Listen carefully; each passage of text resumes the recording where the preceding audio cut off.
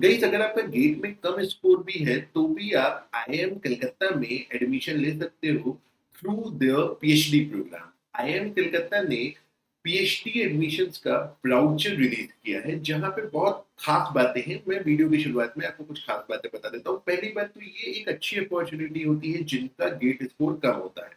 अगर आपके पास एक वैलिड गेट स्कोर है तो आप इस वीडियो को पूरी तरह से देखिए। और जो स्टूडेंट गेट 2025 के लिए जा रहे हैं वो भी इस वीडियो को देखिए। आपको ये पता चलेगा कि गेट के थ्रू कितनी सारी अपॉर्चुनिटीज आपके लिए जुड़ी होती है। सो गाइस आईआईएम से पीएचडी करना एक अच्छा कैरियर ऑप्शन होता है। इससे फ्यूचर में बहुत अच्छे एस्पेक्ट्स आपके कैरियर को मिलते हैं। एक अच्छी फील्ड में आप यहाँ से जा सकते हो।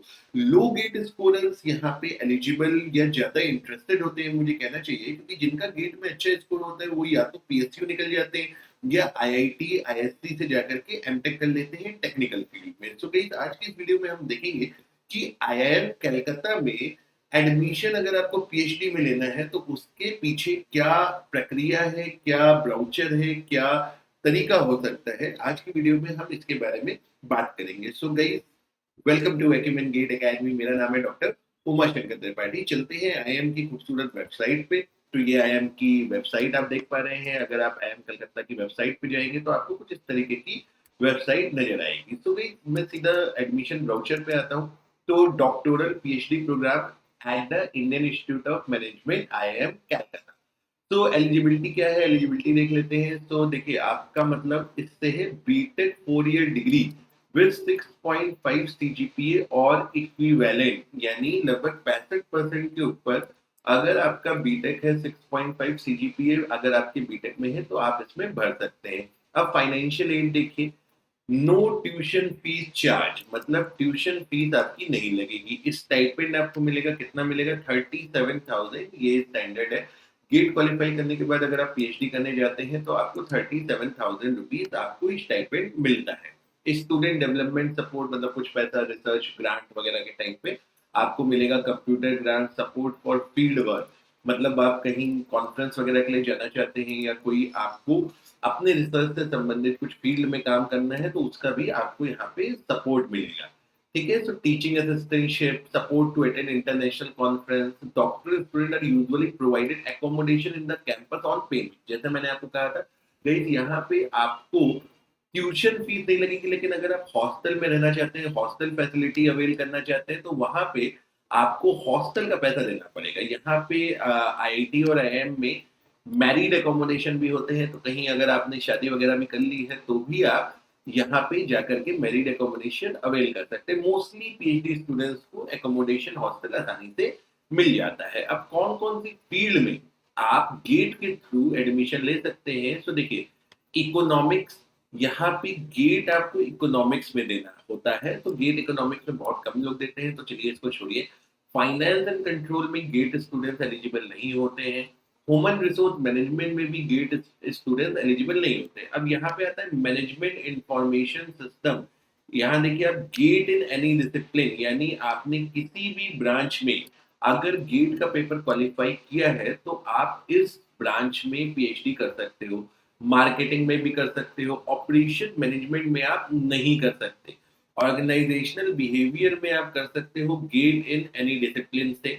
और आप पब्लिक पॉलिसी एंड मैनेजमेंट, अगर आपने गेट आर्किटेक्चर एंड प्लानिंग में दिया है तो ही आप यहाँ पे पब्लिक पॉलिसी एंड मैनेजमेंट में पीएचडी कर सकते हो। और स्ट्रेटेजिक मैनेजमेंट में आप कर सकते हो कि गेट इन एनी डिसिप्लिन। तो देखा जाए तो यहाँ पे आपके लिए 4 ब्रांचेस होती है: management information system, marketing, organisational behaviour and strategic management. तो इन 4 फील्ड में आप यहाँ पे पीएचडी कर सकते हैं। ये जो फॉर्म आपको भरा जाना है इसके लिए आपको 1 नवंबर से 30 जनवरी तक का समय दिया गया है, तो अच्छा खासा समय यहाँ पे आपके पास है।